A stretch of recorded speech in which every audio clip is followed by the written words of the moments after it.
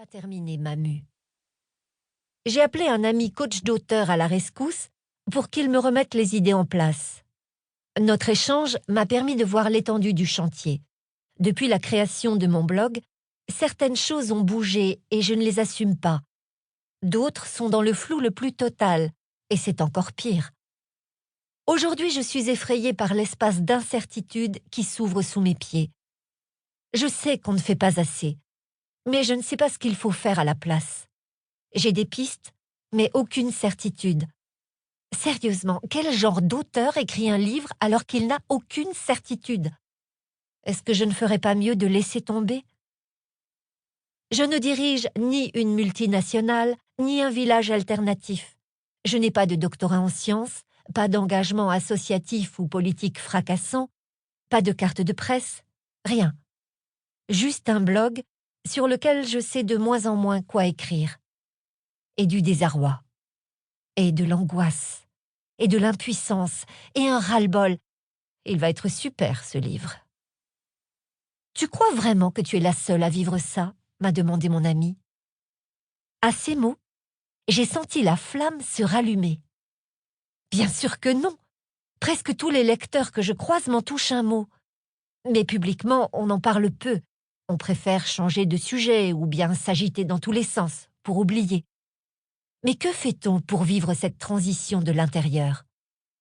Ce livre, je l'écris pour celles et ceux qui sont fatigués d'être écolos, mais qui ne veulent pas renoncer à leurs convictions, ni faire machine arrière. Pour celles et ceux qui ont besoin d'un nouveau souffle pour renouer avec le plaisir et l'envie d'agir. Pour celles et ceux qui ne veulent pas choisir entre le bonheur et la construction d'un monde meilleur. Partie 1. Sortir du déni. Sortir du déni. Si vous ouvrez ce livre, c'est parce que vous avez une certaine conscience écologique. À moins qu'on vous l'ait mis de force entre les mains, ou que vous ayez fait plouf-plouf à la librairie. Mais pour faire simple, je vais supposer que vous êtes déjà bien au fait de la crise environnementale et climatique et engagé d'une façon ou d'une autre dans des actions pour y remédier, peu importe lesquelles. Peut-être même que vous avez le sentiment que les choses bougent, ou envie d'y croire, ou besoin d'y croire. C'est vrai que depuis 2015, année de sortie du film Demain et de la COP21 à Paris, en France, les déclics se multiplient. Fin août 2018, coup de tonnerre quand Nicolas Hulot démissionne du gouvernement Philippe en direct de France Inter.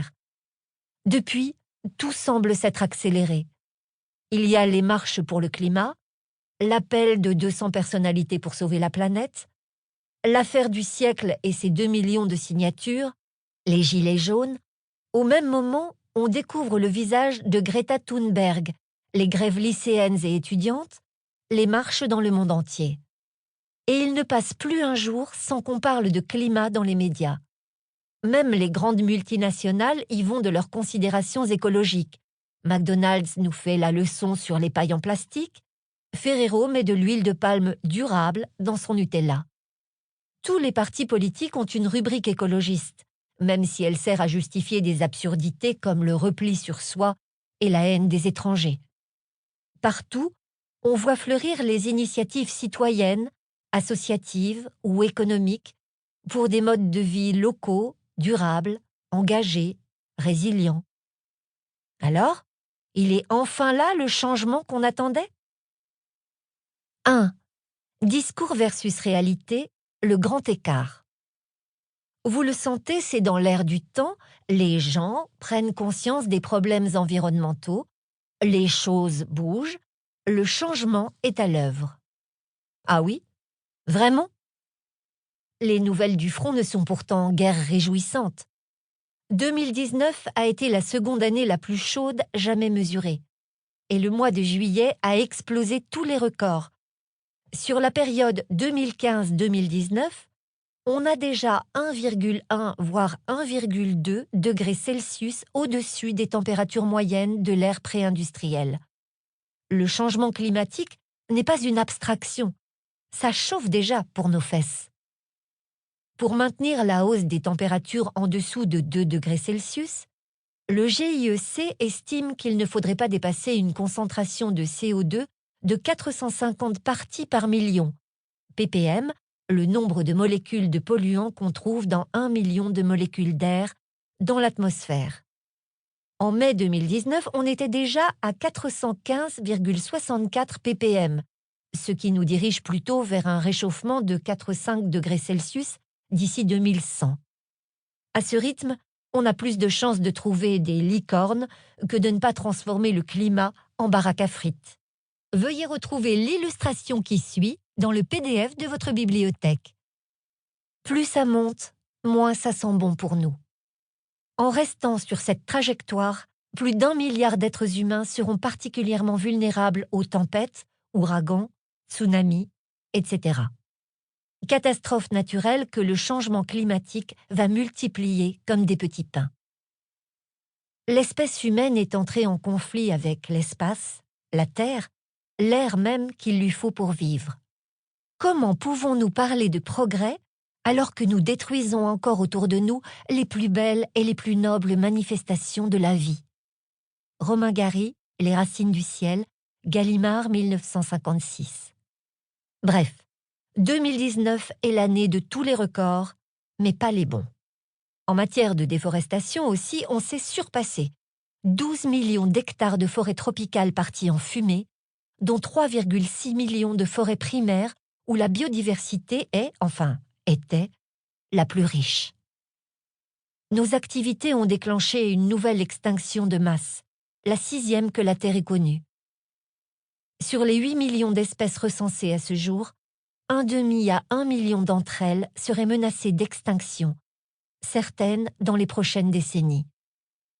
Destruction et fragmentation des écosystèmes, surexploitation des ressources naturelles, pêche, chasse, braconnage, pollution, introduction d'espèces invasives et bien sûr changement climatique sont autant de facteurs menant à cette extermination généralisée. On pourrait continuer d'égrener les chiffres, mais je pense que vous avez compris l'idée. Le bus du changement n'est toujours pas passé. Ça fait 50 ans qu'on parle d'éveil des consciences. Oui, mais en 2019, les sondages sont unanimes. La protection de l'environnement est désormais la première préoccupation des Français. Les optimistes à tout prix se diront sans doute que l'espoir est là.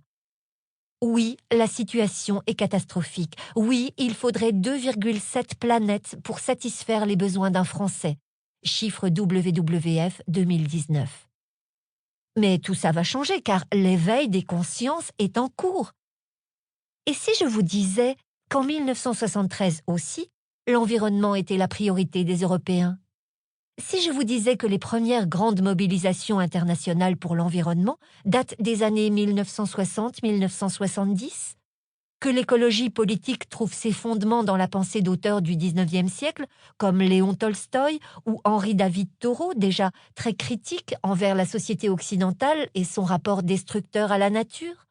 Que plein d'autres, après eux, ont fustigé les ravages de la civilisation et du progrès, notamment des romanciers comme Aldous Huxley, René Barjavel, Ray Bradbury ou Romain Gary, pour ne citer que ceux-là. Nous ne venons pas de découvrir les problèmes environnementaux et climatiques, ni même les limites de notre modèle actuel. En 1972, le rapport Meadows prédisait déjà un effondrement du système économique mondial par épuisement des ressources et ou hausse insupportable de la pollution, avec pour conséquence une diminution massive de la population, 12 euphémismes pour dire que beaucoup de gens vont mourir, et des conditions de vie fortement dégradées pour les survivants. Et il tablait là-dessus avant 2100, d'après les calculs publiés sur le blog de Jean-Marc Jancovici, ingénieur et consultant connu pour son travail de sensibilisation et de vulgarisation sur l'énergie et le climat. L'idée de limite à la croissance est pour beaucoup impossible à envisager. Les limites sont politiquement tabous et économiquement inconcevables.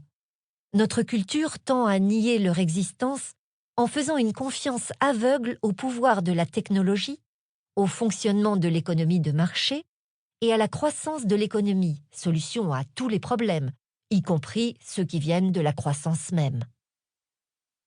Donnez la mi-dose. Pour continuer à écouter ce livre audio gratuitement, cliquez sur le lien dans la description et vous pourrez l'écouter en entier sans frais grâce à l'essai de 30 jours d'Audible.